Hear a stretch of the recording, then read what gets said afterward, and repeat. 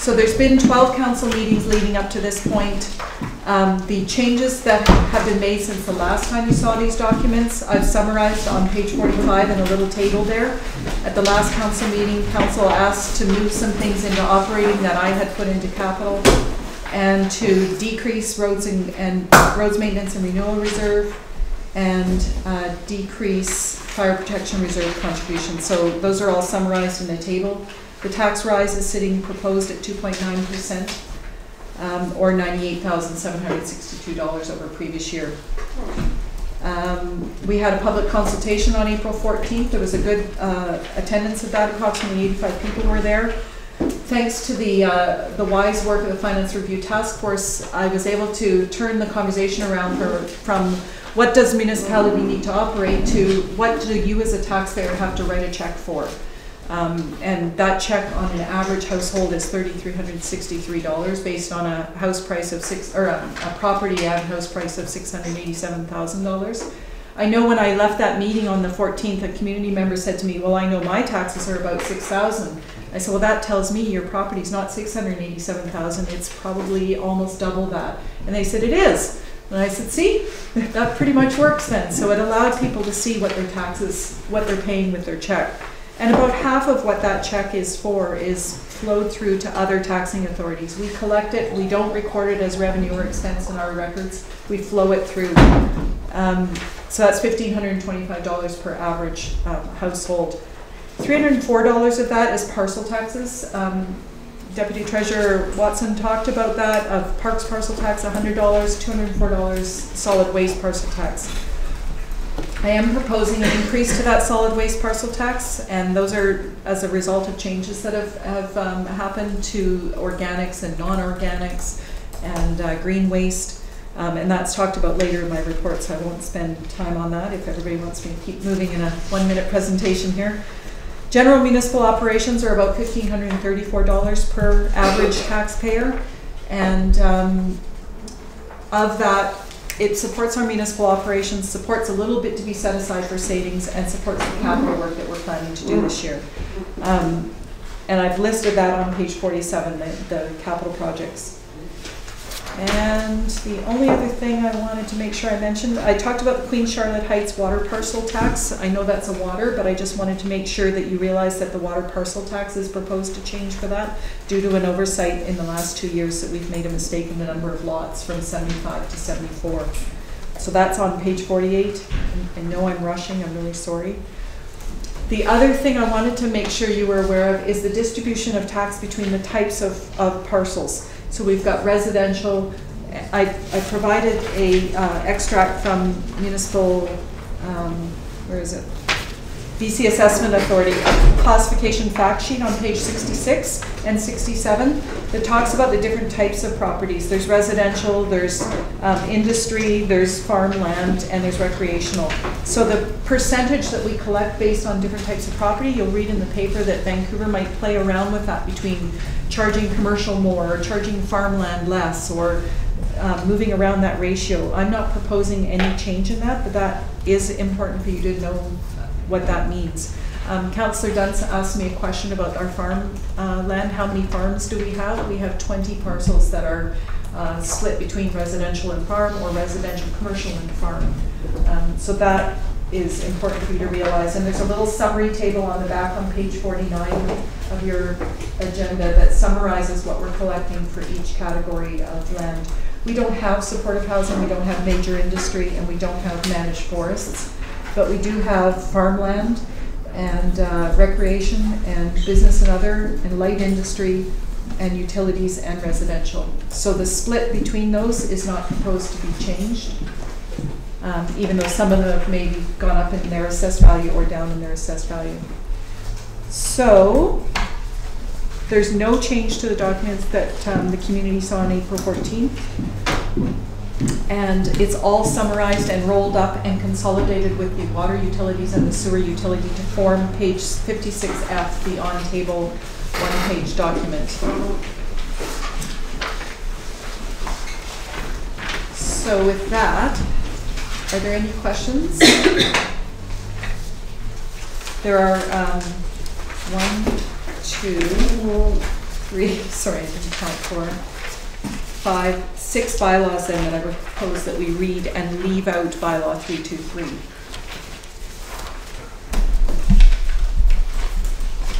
Oops, that's you, not me. Okay. I recommend council provide first reading to the bylaws that I've presented, and then we'll be back again at a couple more meetings for the future readings of those bylaws.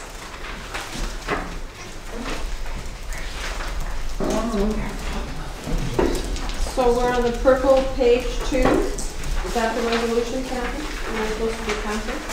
Page 2. No, that's some of it. What's proposed, was originally proposed was first reading for the financial plan bylaw and annual tax rates and parcel tax rates bylaw. It's part of your original agenda on page 44. But that was based with the idea of having public consultation between first and second reading. We did public consultation at the town hall meeting. It was very well received, and what I would suggest is give the bylaws 3 readings at this time, with perhaps a special meeting later this week or early next week to adopt the financial plan bylaws, and then staff could move into dealing with the Blue Water, Bowen Bay, King Edward Bay bylaws sooner once this stuff is. The committee's not ready to, isn't able to meet until that May 16th date. That's why that date was chosen. Is that's the only available time for those two committees? I would still recommend if council's amenable to 3 readings to the bylaw. Yep, that's fine. It's just that's the reason that date was chosen, was the committee's available. For the 4th reading. So we don't actually have a bylaw anywhere in any of these cover sheet or recommendation. That's what I'm looking for. The top of my page 44 report, it says what is it, the the recommendation? actual resolution, or on the yellow sheet for the purple sheet. you're right, it didn't get printed out. But it is on page 44 at the very top of my report. And it's on Kristen's report as well. Page What's page 41L and page 44. Yeah. So if we deal with Karen's recommendations first, and I think she agrees with me for the 3 readings. Sure. And if staff has no concerns, that bylaw number 316 cited as Bowen Island Municipality, excuse me, it's like a 12-year-old boy's voice, a 2012 5-year financial plan bylaw number 316, 2012 be read at first, second, and third time. And we can do the other one. Yeah. So, Second. okay, and that bylaw 317 cited as the Bowen Island Municipality 2012 annual tax rates, bylaw number 317 of 2012 be read a first, second, and third time. And that bylaw 318 cited as the Bowen Island Municipality 2012 parcel tax rates, bylaw number 15 of 2000 amendment bylaw 318 of 2012 be read the first, second, and third time. So we're Can we doing have- those all as one motion? So moved. I'll second. Thank you. Any further discussion on Do you want to read the water ones as well? No. I would suggest we deal with Okay. these first. Let's deal with these first. Any further questions or discussion? Question? All those in favor?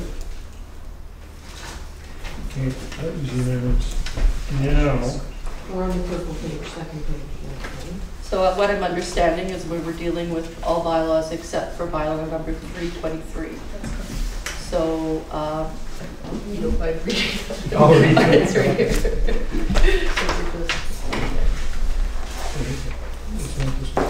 Yeah. Well, it's the second page of the purple page.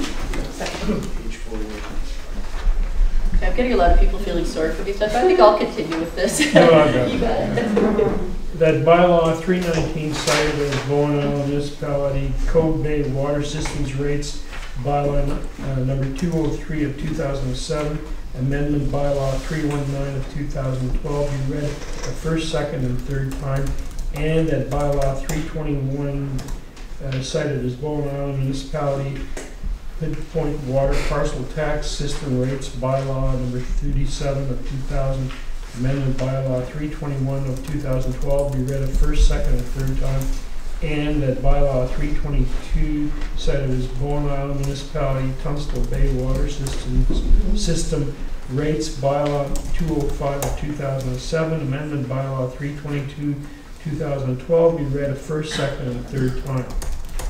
Do I have a mover? So moved. A seconder. Thank you. Any further discussion? All those in favor? Unanimous.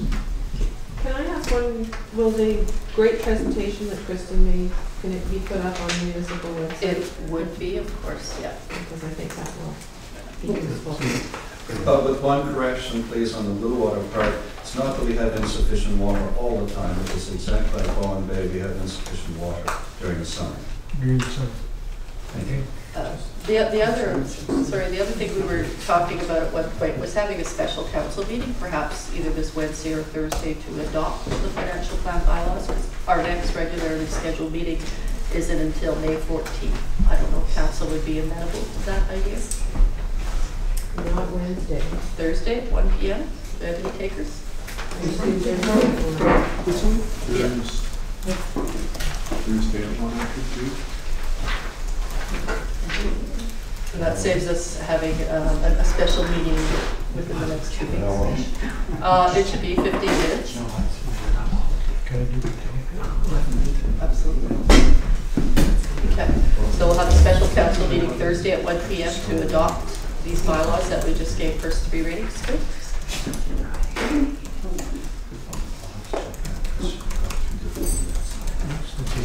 That would be Thursday the 26th. Thank you. And our next order of business is Christine Walker, Director of Community Recreation Services, regarding the community center next steps.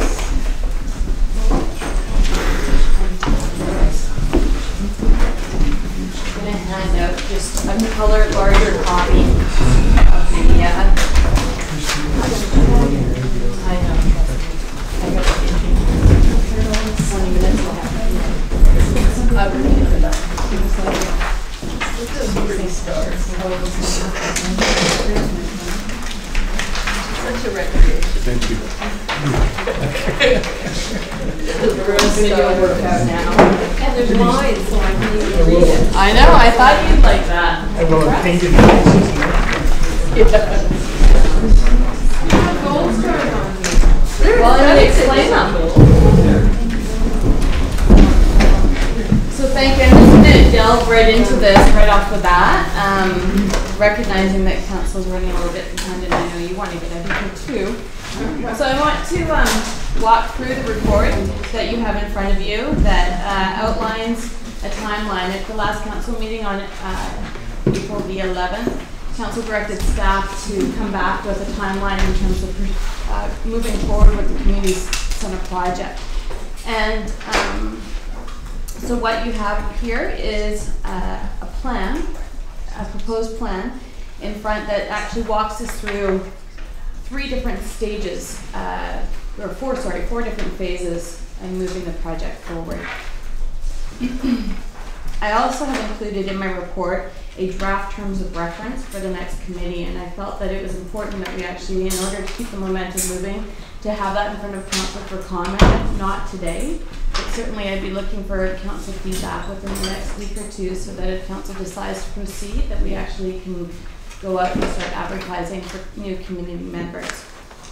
Sorry, Chrissy, before you go any forward, Yeah. I haven't had a chance to talk to you about that, but we've developed a template for select committees. Okay. So we can talk tomorrow about inserting that template and maybe circulating that to council. Okay, perfect. Definitely do that. So I'd like to go through page 70 of the report, or on your page 70 on your agenda package that talks about the planning next steps. And we have, what we've done is broken it down into the different tasks that the next committee would be responsible for and what the work needs to be done along with some desired outcomes. As I've mentioned here, one of the tasks would be the establishment of the new committee. And I've put committees there, not just a community committee that would be working with staff and council throughout the next stage of the project, but also establishing a staff committee who would assist with the project with representation from finance, engineering, planning, and fire. I also think it would be very important to establish a close working relationship with the newly proposed audit and finance committee. Another task would be the development of the community center website. It's something that last committee had discussed, and it's a great tool in terms of an interactive approach to actually engage the community and keep them staying informed on the project through webinars and sharing upcoming events, including fundraising milestones. One of the things that we've recognized is that we understand that 60% of this the population on Bowen commutes off the island. We have to engage in different ways other than just open houses and community meetings. So we're looking at using that as being another tool to engage the community with. The site would also provide an area for community to give feedback and share their thoughts on the project. The big chunk of the work revolves around the conceptual plan development, and what I've listed here is all the different things that actually encompass that would be an outcome of that. We would select a planning, design, and engineering consultant team to lead a collaborative design process, including staff, community residents of all ages, and neighbors. We would study the site servicing to confirm water and sewer service options.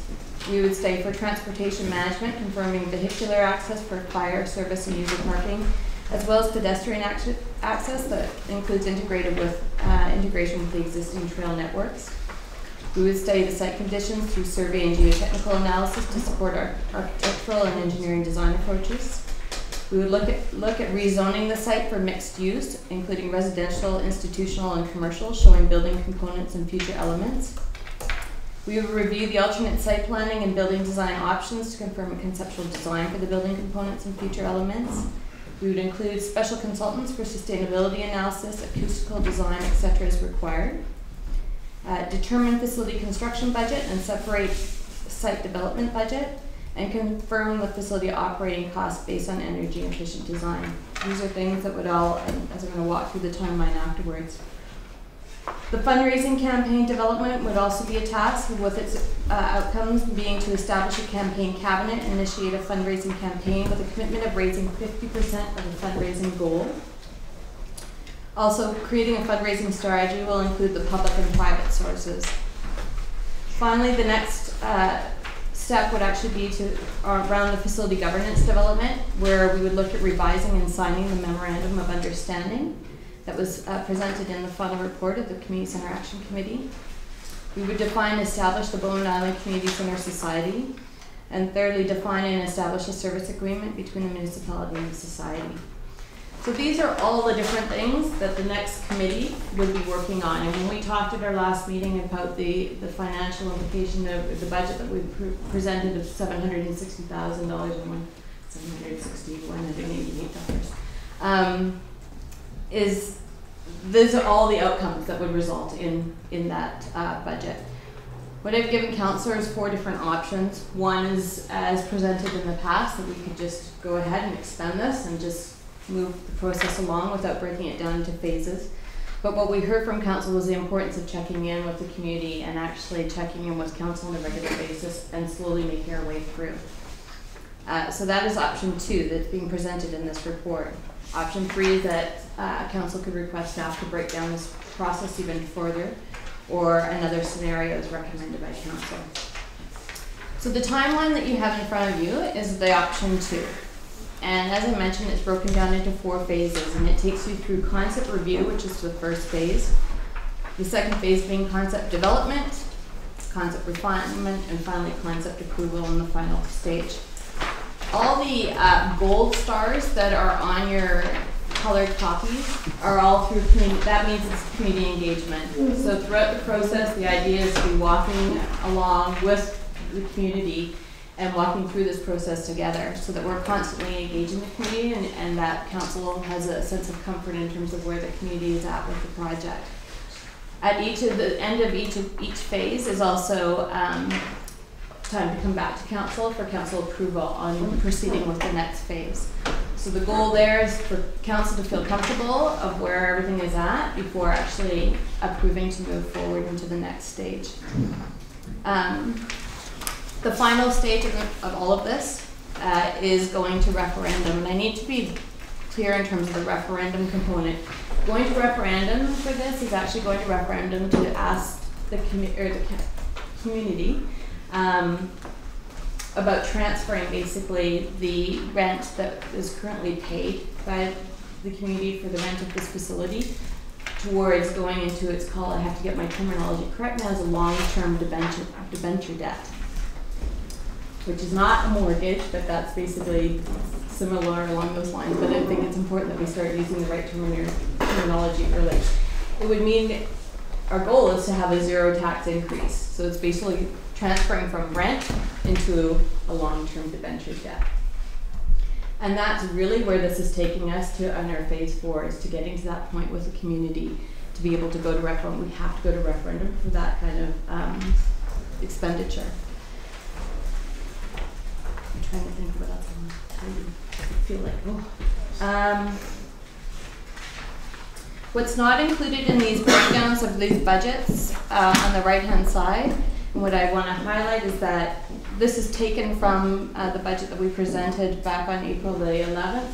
However, the 3% inflation hasn't been incorporated into the budget line items on the far right. We have it still included in the overall budget, but that's just as part of the contingency is included in here. However, the individual, or we haven't broken down the 3% inflation into each of those phases.